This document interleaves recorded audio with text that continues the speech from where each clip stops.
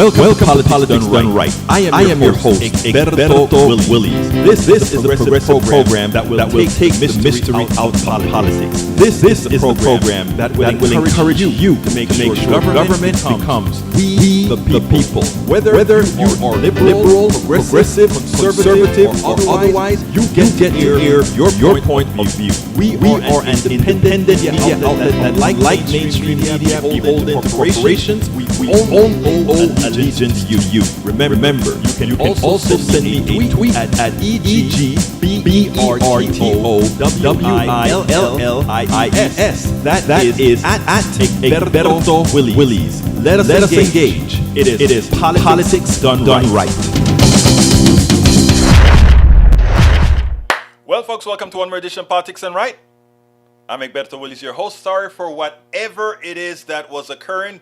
I haven't a clue. In fact, I can't even hear my playbacks when I am doing the video. So it's going to be interesting to see how I work that out, because we can't start over because we are streaming.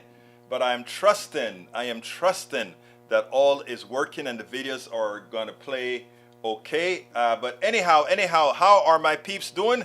Welcome. It's Friday, baby, as my buddy Roberto would say all the time. He would start the program and he says, or rather, he sends us a audio, like a good morning audio every morning. And what he says is, leave the top button open. Okay, the top button is open, my beautiful lady. Or which one? This one here? There we go. It's open. Para ver, estoy abierto. All right, it goes like this. He says, it's the weekend, baby. That's what he always calls. And then he says, when he's done, he'll say, pausa y volvemos. That means, all right, I'm on pause now, and we shall return. Anyway, I had a late start trying to rush back here to the studio from KPFT 90.1 FM. But we are okay, and as I speak with you right now, I am moving videos from one directory to the directory that we can actually see here. So I ask you so kindly to bear with me as I get these things all sorted out, because as you know, sometimes we just run late. But you know, the show must go on. We must continue to provide you with what you are here for every day at 3 Central. So I am moving files as we speak. I think I got them moved, and I think I'm going to be almost ready to get started. The one problem that I have is I can't hear what I'm playing, so I'm going to be on faith that it's going to work just fine when I start playing them. But I want to start the program today by saying, ¿Cómo están todos mis amigos? Espero que todos están bien. I hope everybody's doing fine. Welcome aboard. AVQ is in the house. Alistair Waters is in the house. Eric Hayes is in the house. Who else have we got here? Yvette Avery Herod, nuestra preciosa Yvette Avery Herod is with us. Paul Fleming is in the house. Bridge MCP is in the house. And as well, Bruce Pollard, who says Friday again. Welcome aboard, Bruce. Great seeing you here, my brother. And Tom C is in the house as well. And I think I got everybody. Let me go scroll down. I think I got everybody. Okay, let me start with what you guys have to say. Eric Hayes says, Davos equals John Kerry and his billionaire hypocritical people telling everyday person we are evil for using fossil to live while they fly around on private jets emitting carbon. That bugs you, and you know that these guys are... I don't mind people traveling on private jets. I don't mind people flying in airplanes. What the idea is not the individual, the idea is the policy, right? So that's a false argument that the right wing tries to bring up to kind of muzzle or to try to fuzz what we're trying to attain here. While we're transitioning, it's okay to use what we are using. I mean, that's just how it is. All right. Alistair says, got the 5-year-old, so we'll be listening more than talking. Hey, that's not a problem, my friend, but you're such a wonderful parent, my dear friend. Taking care of the 5-year-old. I got you. Eric Hayes says, how about this one?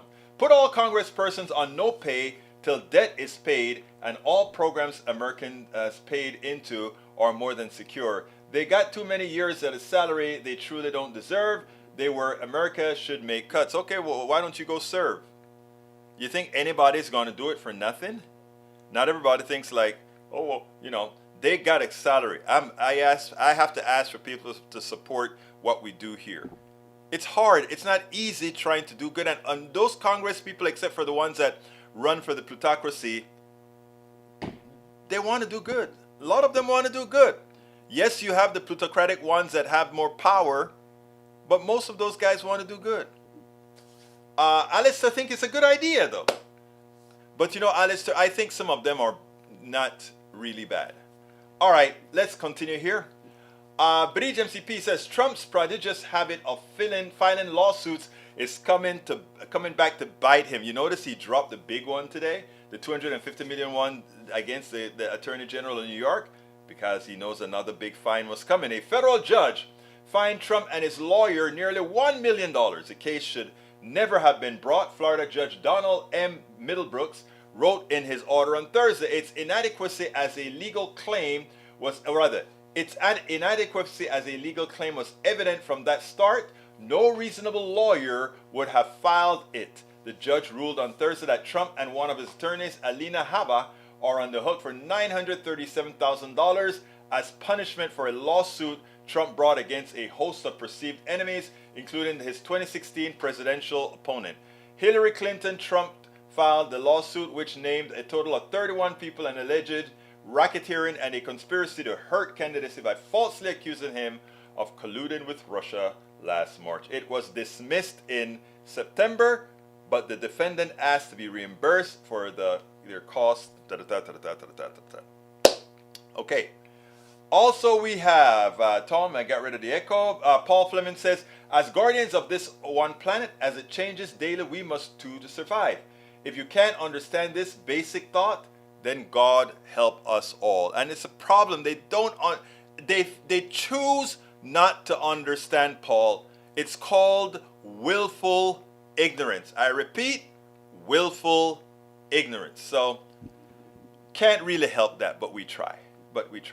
Okay, and we'll keep doing what we're doing. Let's see what else we got here. Leave the top button open. Yes, I did. I followed your instruction, Brige. Maywood says, "I hope everything is working better than it was this morning for the radio show."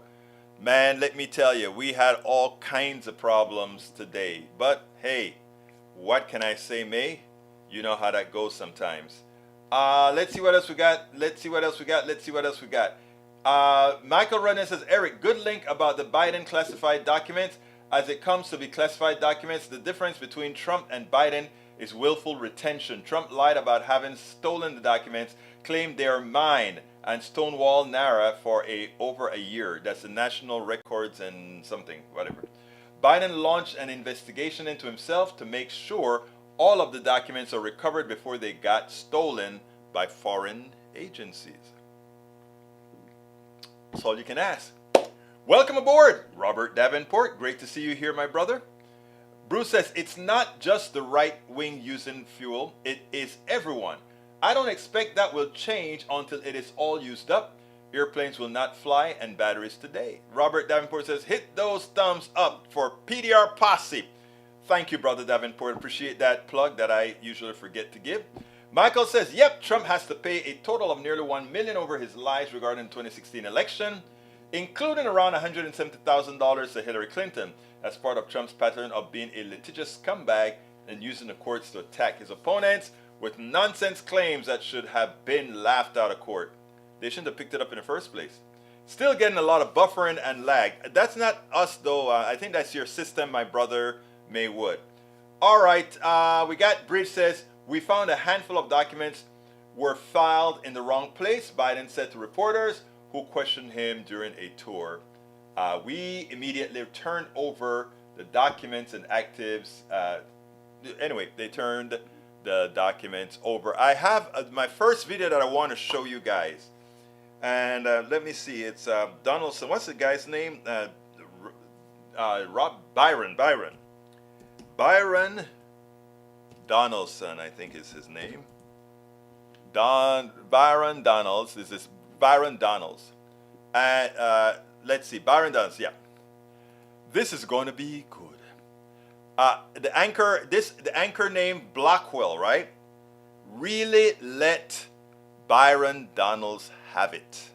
And I want you guys to listen to the interview, and then we'll take it on the other side. Now, I am not sure if I can hear it, but let's go ahead and I'll tell you what, let me set this up right, because I'm going to cut this and extract this the right way in a little bit. Byron Donalds, one of the 21 sycophants that really tried to hold the House hostage, appeared on CNN. He appeared to discuss two things: the debt ceiling, and he also appeared to discuss El Señor George Santos. And what Blackwell did to him made an utter fool out of his hypocrisy. I want you guys to listen to this, and then we'll take it on the other side, because this is one that you've just got to see. Check it out. We'll get into committee assignments in just a moment. But Congressman, first, thank you for coming. Let's talk about the debt ceiling. We hit it today. Default comes in June. Why connect these two? Congress has already run up these bills, has passed legislation, has spent the money, spending the money. Why not take care of that and then have a separate conversation that most Americans would agree is necessary about handling spending? Well, the reason why you don't separate the two is because the only reason you're hitting the debt ceiling this fast is because of all the reckless spending that has occurred. So if you're going to increase the allotment of your ability to borrow money, you should address your spending habits. Look, and that's not a political statement. That's a business statement. My career was 17 years in the financial industry. My first stop in my career was as a banker, where I actually underwrote credit obligations and decided that we were going to lend money to small businesses.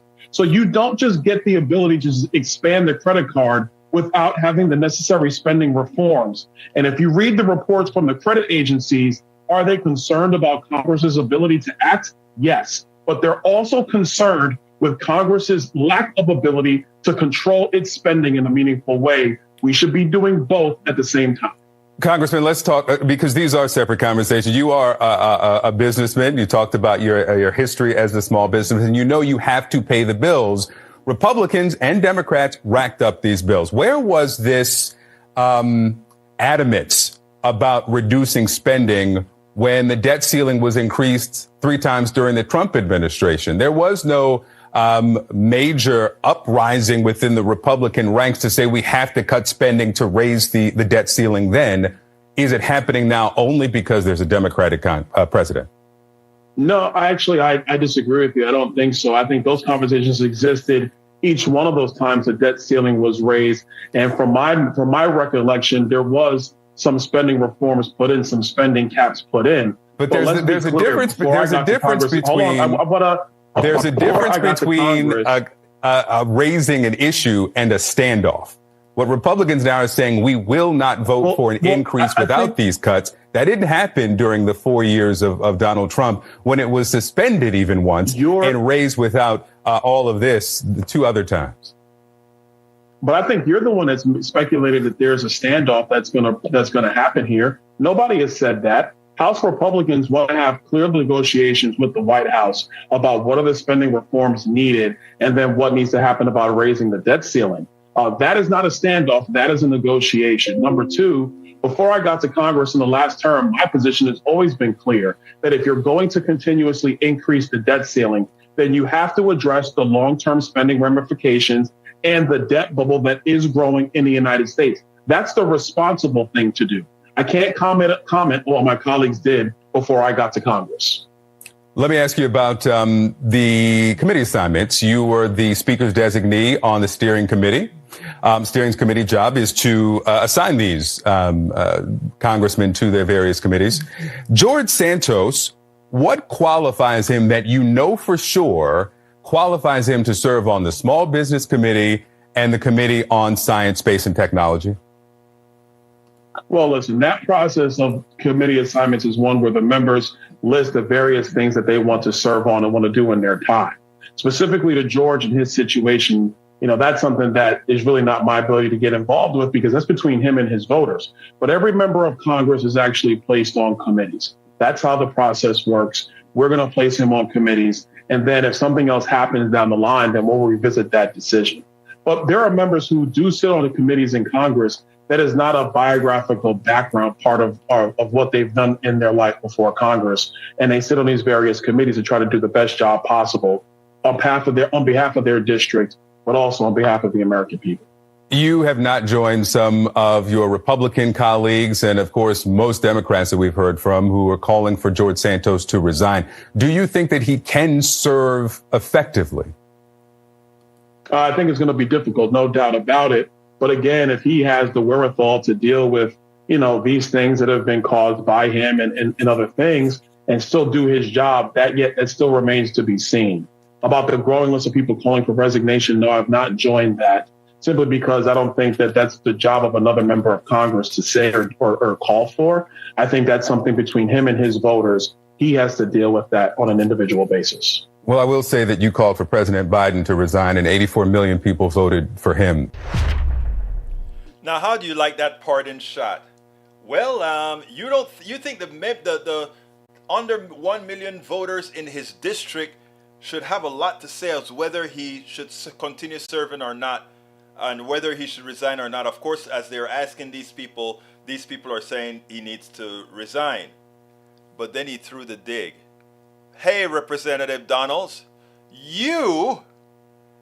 84 million people voted for the president. And you, Donaldson, you said the president should resign. Where is the consistency? I thought that was beautiful.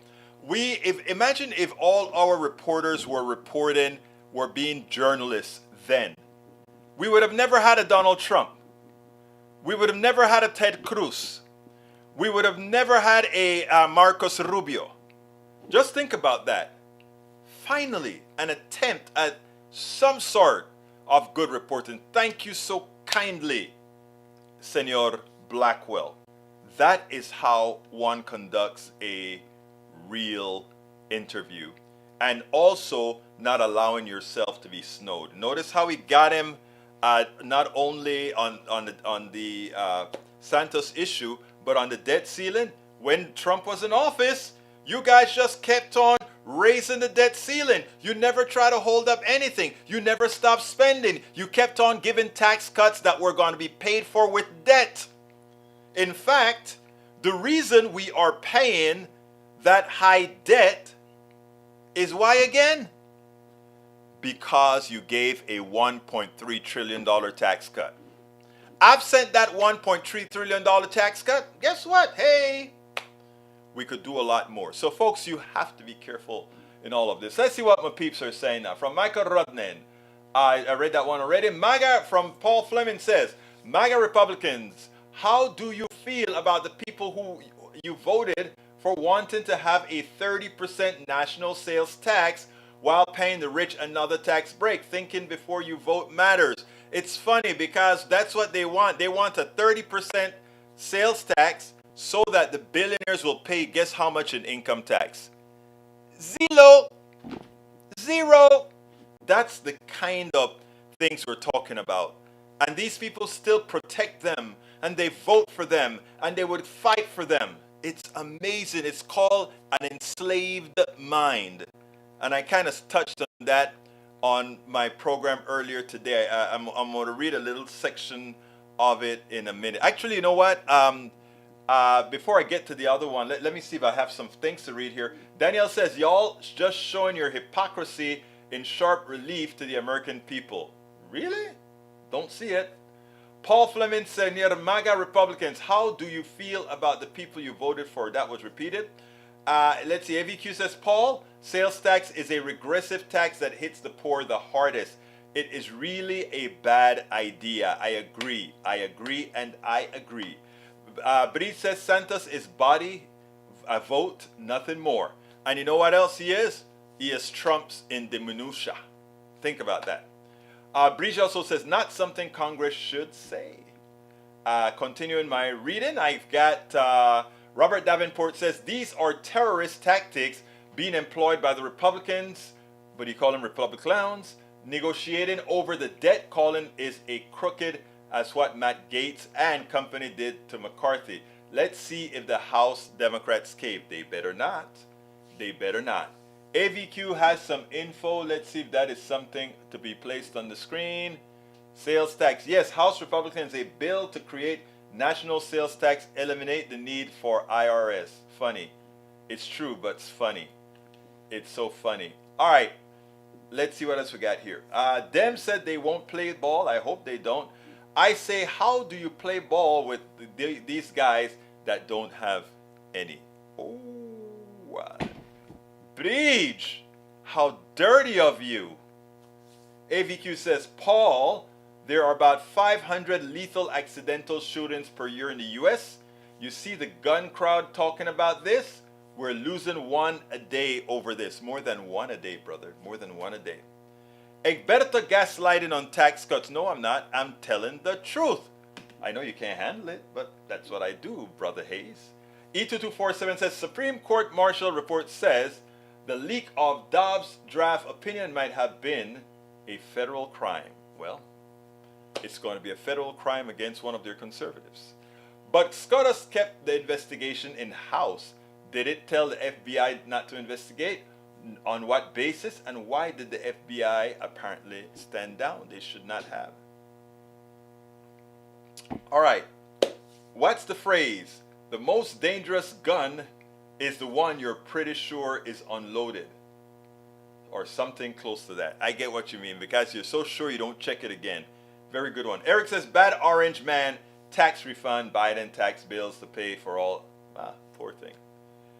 When the mind is enslaved, let me give a little talk here. I'll save that. All right, Daniel Little says, May Wood, yep, you don't get to have your cake and eat it too. Pollard says, it is not exactly gaslighting because it has truth. It is the truth. Thank you, Bruce. You're a good man. Paul Fleming says, I am happy to learn that the DOJ don't have to cooperate with the House Republicans about ongoing investigations. And Bleach acknowledges that she's a bad girl. AVQ says, conservatives don't want to hear this, but tax cuts for the wealthy don't pay for themselves. It never did. The Laffer curve was always a lie. It was always a laugher, right? No, they don't, Paul, but it may have to go to court. Lee Grant says, hey, y'all. Lee, I waited at the studio. I just knew you were going to walk into the studio. I knew you were going to ring the bell. And I knew Rourke is going to say, Egberto, you have a guest on the outside. And I knew I was going to be opening that door and seeing Brother Lee Grant and give him a big hug and a back slap and say, Brother Lee Grant, welcome to KPFT in studio. But I waited in vain. He never showed. I'm hurt. I'm very, very hurt. Anyhow, continuing, Robert Davenport says, Bridge map is on target. You can't cave into their fantasy. You can't negotiate with dishonest people lost in self-delusion. And in a certain level of crazy. Certain level of crazy there. There's a certain level of crazy. All right, Bridge, they don't have to give to Robert P. Davenport. Exactly. Lee Grant says, keep an eye on Atlanta tonight. Antifa is planning peaceful demonstrations. I will keep my eye on Atlanta tonight. I promise. Sorry, Eve, my car was in the shop. Okay, I'll wait for when your car is not in the shop. Don't forget noons, Monday, Wednesday, Friday. Wednesday, I think KPFT I'm getting preempted next Wednesday for a manager's report or something like that. I think that's what they're going to be doing. Can you believe they preempted one of my shows, man? I'm so pissed. Actually, I'm not. All right, let's continue here. Excuses. You hear that, Lee? I think you're going to have to fight with Brother Rodnan because he's accusing you of giving excuses. All right, let's go to, what time is it? It's 29. Let's go to the second video. This one is Eddie Glaude on MTG.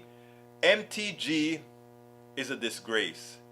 And it even touches Eddie Glaude.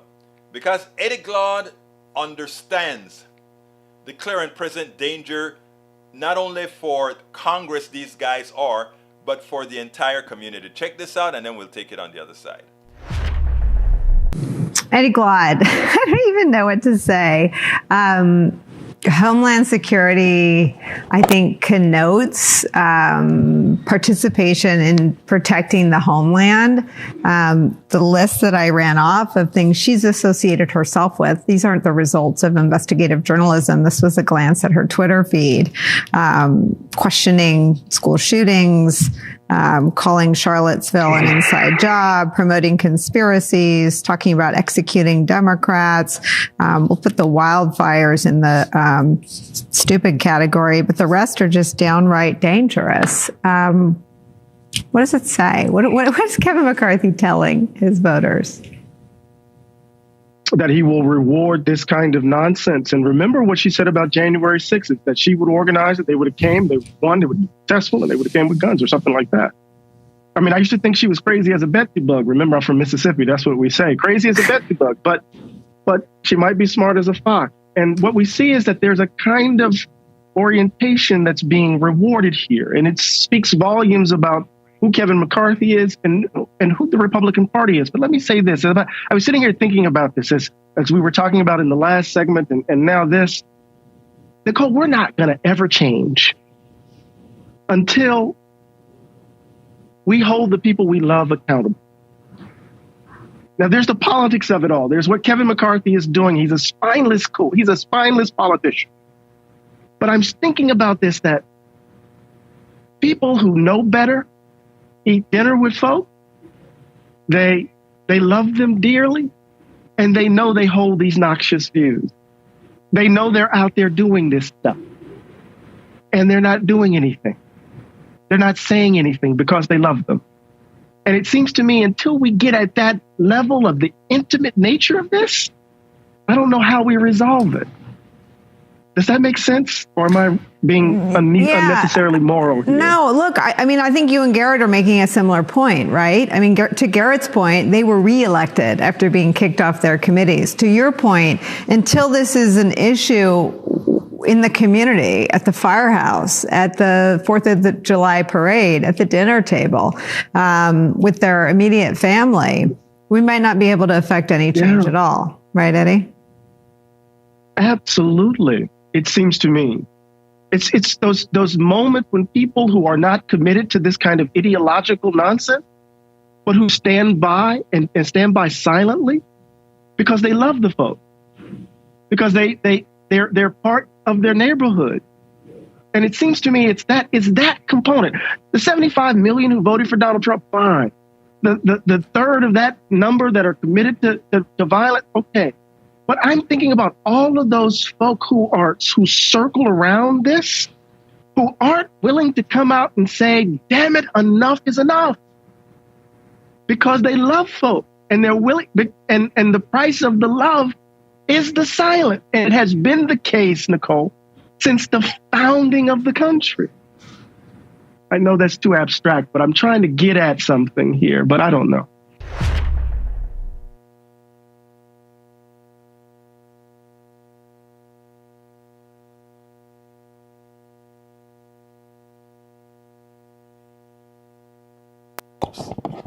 I love how Eddie decomposes all this stuff. Sorry about that. I missed that a little bit.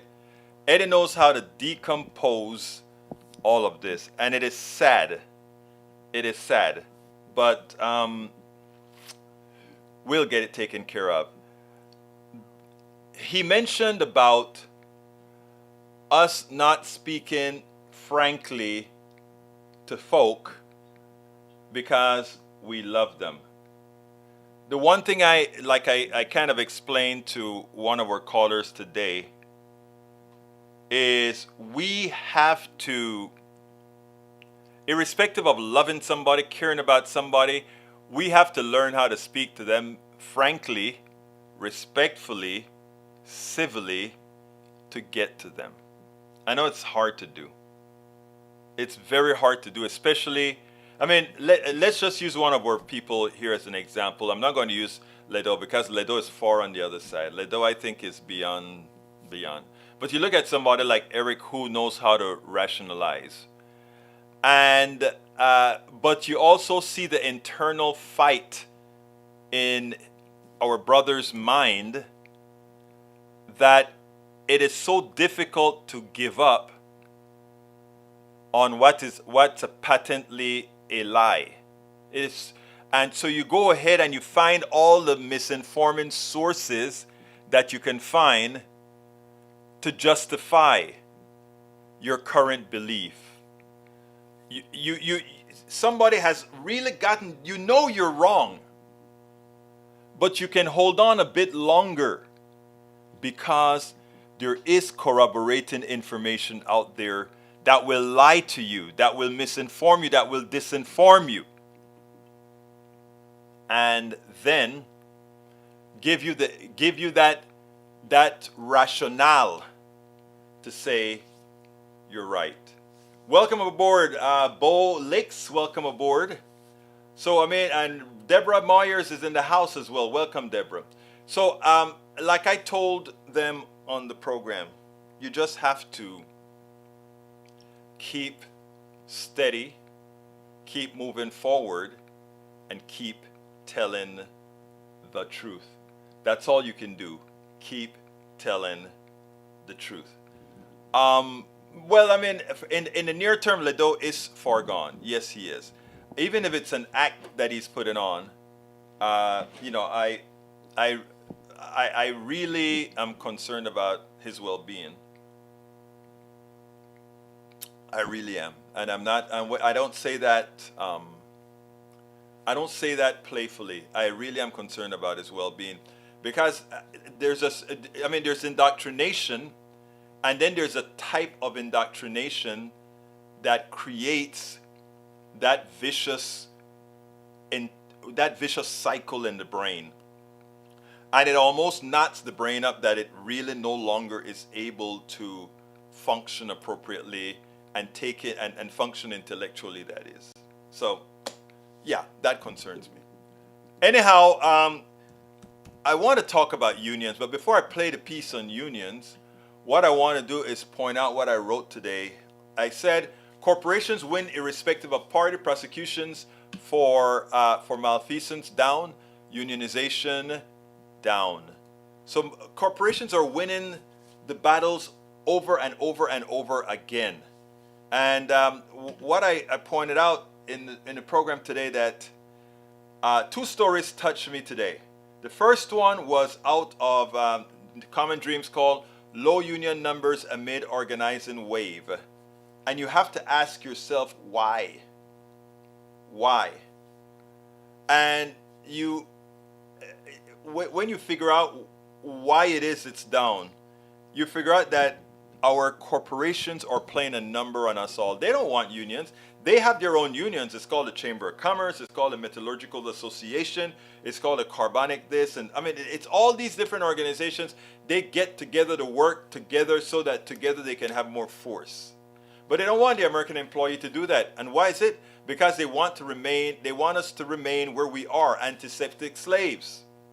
And you guys thought I was kidding when I created that word, antiseptic slaves. Now I hear it used all over. Antiseptic slaves. And they intend on keeping it that way. And henceforth, they try to put all obstacles possible when we attempt to unionize. That becomes a problem. So it says, labor advocates renewed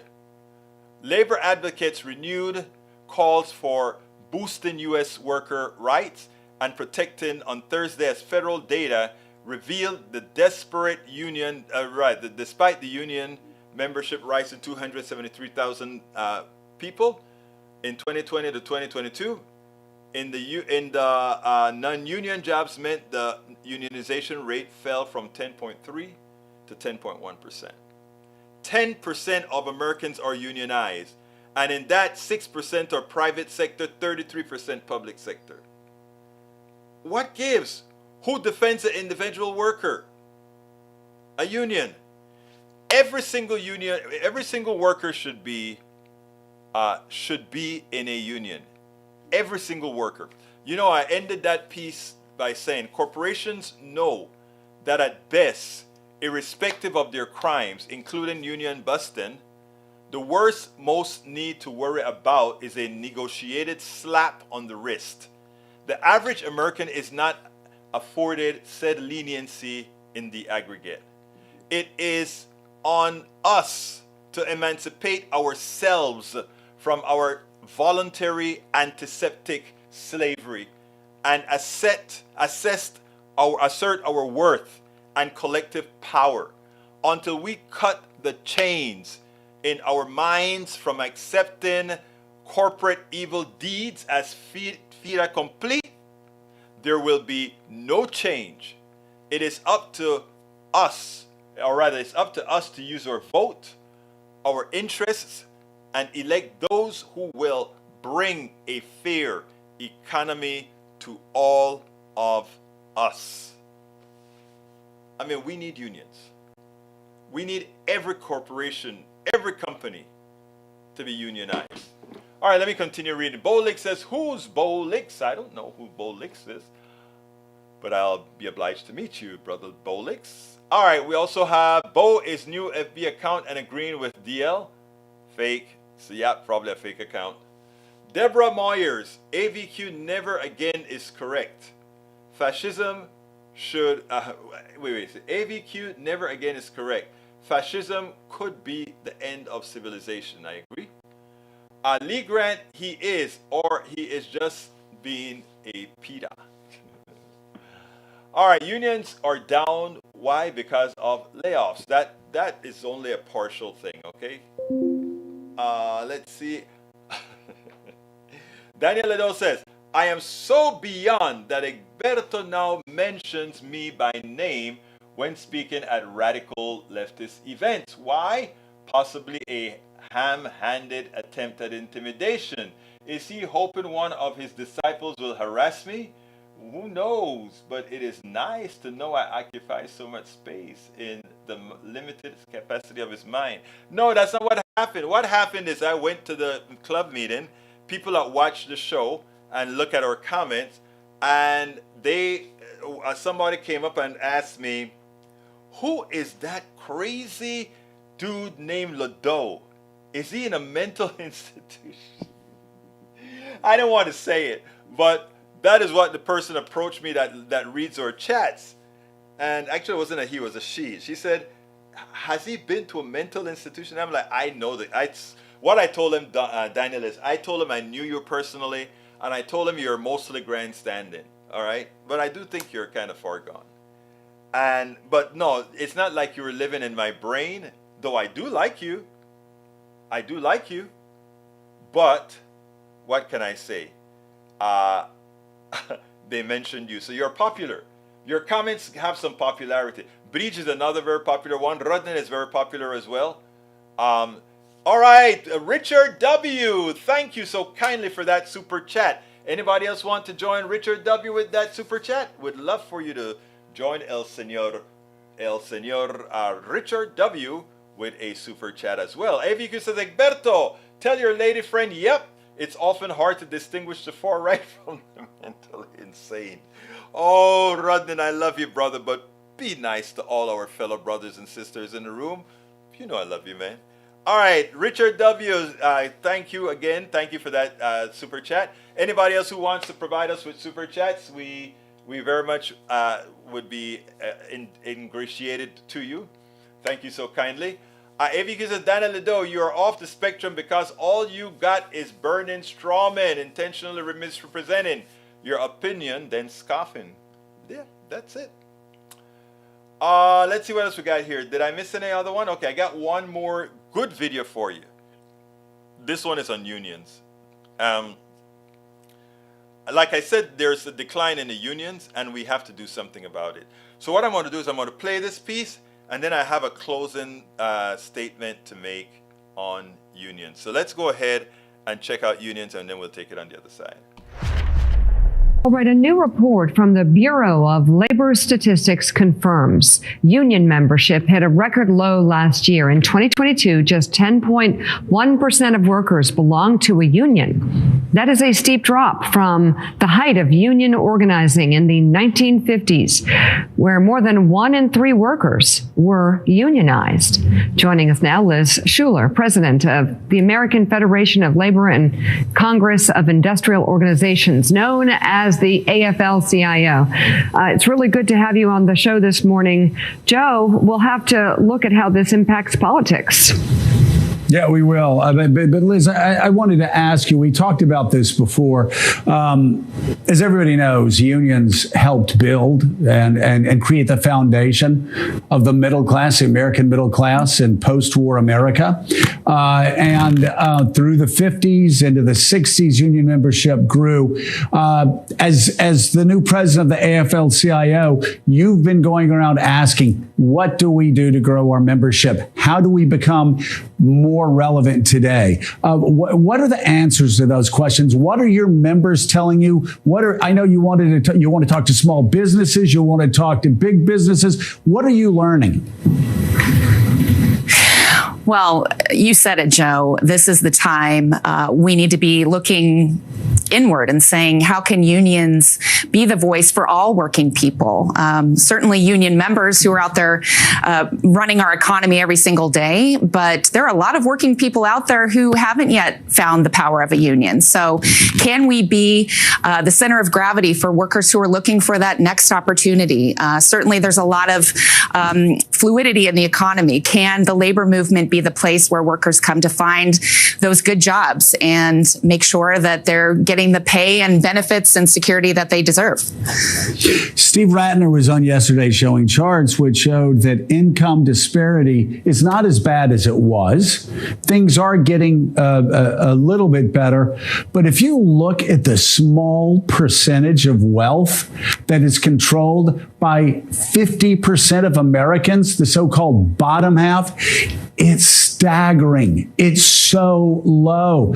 Now, listen, as you know, I'm a conservative. I don't believe in income redistribution, but I also don't believe in billionaires becoming trillionaires. How do you guys make the sell to people who aren't getting paid enough money while let's say tech giants and other people are just, raking up billions and billions of dollars? Absolutely. I mean, coming out of COVID, you see these corporations making record profits, historic profits. Workers were making sacrifices. They were working overtime, doing more with less. You just saw a nurses' strike in New York because they aren't getting the support they need to do their jobs. So I think the economy is out of whack. I saw the charts this week that inequality is still off the charts. People are continuing to lose ground because workers don't have the power they need to negotiate better conditions and wages on their own. You can do that better when you come together, strengthen numbers collectively. And certainly through a union is the best way we see to do that, because you have the law on your side. You can sit across the table from your employer and demand more without the fear of retaliation or being fired. So we believe this is the new era. More people are recognizing that unions are the way to come together collectively and flex their muscle, because certainly coming out of COVID, people are still struggling. People are still working 1, 2, and 3 jobs just to make ends meet, never mind getting healthcare coverage and retirement security. Hey, Liz, good morning. Jonathan Lemire. It certainly is an interesting moment for unions. We, of course, had the railroads strike earlier this year, the threat with the president weighing in, stepping in there. President, who is, of course, very pro-labor in his rhetoric, but did draw some criticism for his behavior there. Feel free to weigh in on that if you'd like, but also just the idea of inflation, which has, by most measures, cooled, but still remains very high. In terms of your workers, what sort of impact are they telling you they feel day in and day out? Yeah, I have the opportunity to talk with workers every single day. And you're right, the inflation numbers are, getting better, but workers are still struggling because we're seeing it day to day at the gas pump. We're seeing it in food prices. And working people just want stability. They want the economy to work for them. And what they're seeing is corporations, price gouging. Certainly you mentioned the railroad issue. Those railroad companies were making billions of dollars historic profits, but yet couldn't give their workers a single sick day. So I think this is about equity. This is about having a voice at the table. And this is about workers needing more power to right the scales of the economy. I repeat, every single American worker should be in a union. They should be in control of what they bring to the table. They are stakeholders in our economy, no different than an investor. Actually, more so than an investor, more so than the executives. Remember, they are the ones who produce, right? So I think it's important for us to get there. And like I ended that article with, I want to repeat that paragraph. It is on us to emancipate ourselves from our voluntary antiseptic slavery and assert our worth at collective power until we cut the chains in our minds from accepting corporate evil deeds as fait accompli. There will be no change. It is up to us. It is up to us to use our vote in our own interest and elect those who will bring a fair economy to all of us. We can do it. Don't fall for the inner fighting trap. Let's work together. All of us should be unionized, and let's move forward. Davenport, I found that piece. It says, fascists are those who should be afraid and fixated on anti-fascists called Antifa. To sweeten the word, why is anyone against those fighting against fascists in America? They shouldn't be. You bring up a very good point, sir. All right, let's see what else we got here. Evie, let's see what else. I need to scroll down. Bear with me, guys, as I find my spot. Florida's governor blocks African American studies. Does this mean that history isn't needed? Or is it a way to keep fear of others? That's what, it's all a trick. It's just a thing to keep fear into people. Yes, Yvette should make a comment on the unions. She knows that I'm 100% behind unions. Tom C says, does free stuff include government subsidies and tax breaks to corporations? And how about the military and all the infrastructure maintenance unsupported by billionaires who avoid paying taxes? You know, we have this huge military so we can exert power around the world so that when these billionaires get in trouble as they pilfer the treasures of other lands, we can always threaten them with a bomb. That's what it's all about. Daniel Edo says, to be fair, Egberto occupies a bit of space in my brain as well. I do spend time contemplating his particular brand of Marxist propaganda. The PDR posse fascinates me as well. The disconnect from reality is really interesting and sometimes scary. Y'all are not crazy, just psychotic. It can be cured. Well, thank you, Mr. Ledo, for that assessment. I really do appreciate it. Julie Henderson is back and she says, hey, y'all. Hello, Julie. Welcome aboard. Thank you for being here. Michael Runner says, Eric Hayes, what does someone who works for MSNBC know about unions? Bloomberg from 2021, MSNBC votes unionized in latest media victory for labor. May Wood says, well, that's an internal conversation. We was a Republican and changed, I believe. Yes. Julie Henderson says, just read FedG Fund will be freezing the government use. What's up with that? Any truth to that? I'm not sure, but I heard that, but I'm not sure. No research. YT4Me57. YT4Me57. Okay. But before that, Julie, let's see. Before that, unions price labor too high for the global economy. That's why they lost power membership. Nope, it's not too high for global membership. Again, when you look at obscene profits that are given to shareholders for doing nothing, I don't see how profits could be obscene. I really can't see it. Let's see what else we got here. YT4 Me 57 says, the United Federation of Teachers in New York City tried to force the retirees to accept Medicare Advantage plans rather than standard Medicare. We fought back and have won every court in battle. And I was so proud of you all when you did that. I was so proud because I couldn't believe that the union was actually supporting Medicare Advantage. What it was is that Medicare Advantage for the end user have the semblance of being less expensive, and in order to get all your members covered, I can imagine them just trying to shove them into the program. But you guys, by fighting back, I'm so proud of you guys. You did the right thing. Stone Flower Design. Until they shut your store down because you want to unionize. No. If you can't afford to pay livable wages as per the union, you're a hobby, not a business. Don't you agree? You're a hobby, not a business. If you won't pay yourself what you're paying that person, you're a hobby, not a business. All right, let's see. YT4 says unions are great until its leadership aligns itself with corporate interests.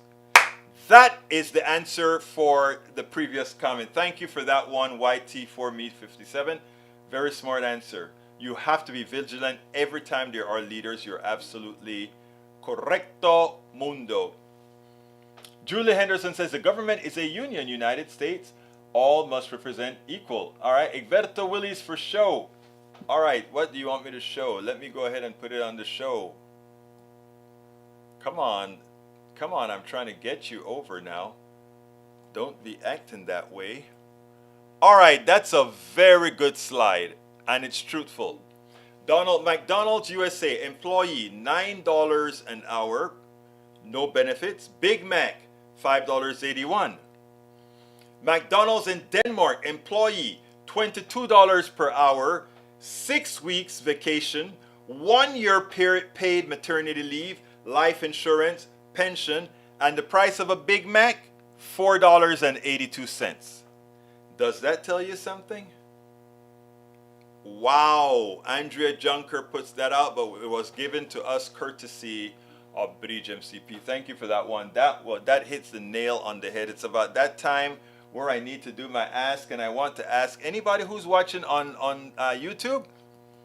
I lost about five that lapsed on YouTube last night, I believe. So if I could get 5 of you to just click on join and bring us back to speed. Just click on join, become a part of the PDR posse, and you can get in at any level you want to. You're simply helping the cause, making sure that we can get our job done.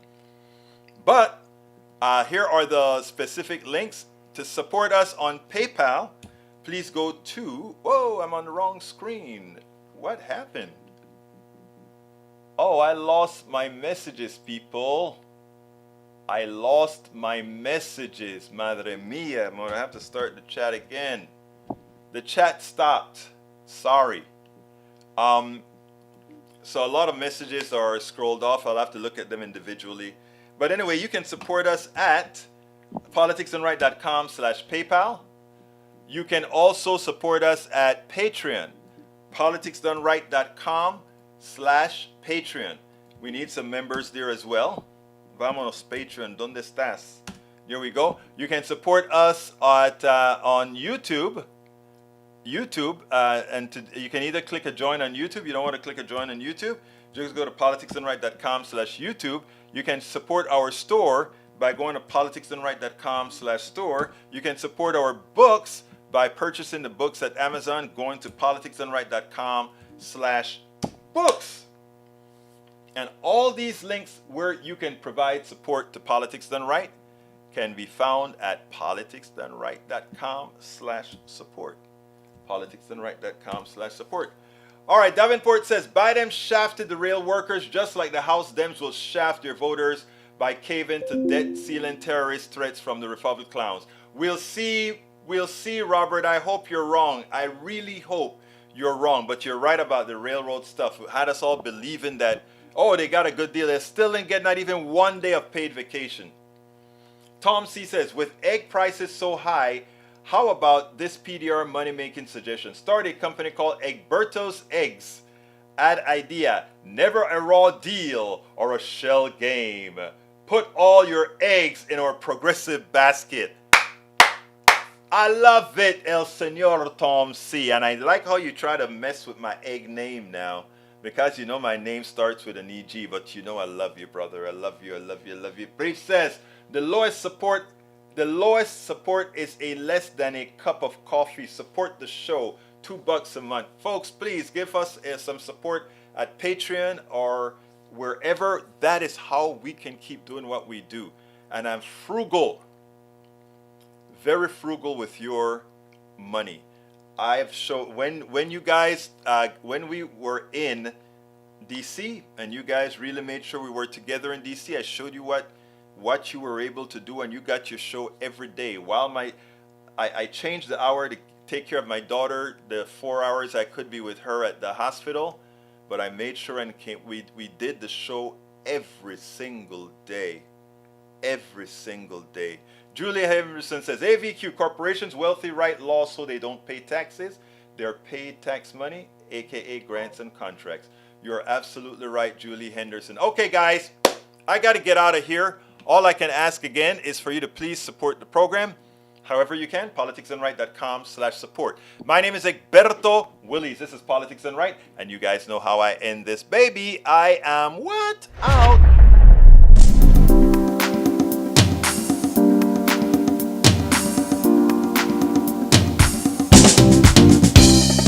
Welcome to Politics Done Right. I am your host, Egberto Willies. This is a progressive program that will take the mystery out of politics. This is the program that will encourage you to make sure government becomes we the people. Whether you are liberal, progressive, conservative, or otherwise, you get to air your point of view. We are an independent media outlet that, unlike mainstream media beholden to corporations, we only owe allegiance to you. Remember, you can also send me a tweet at EGBERTOWILLIES. That is at Egberto Willies. Let us engage. It is Politics Done Right.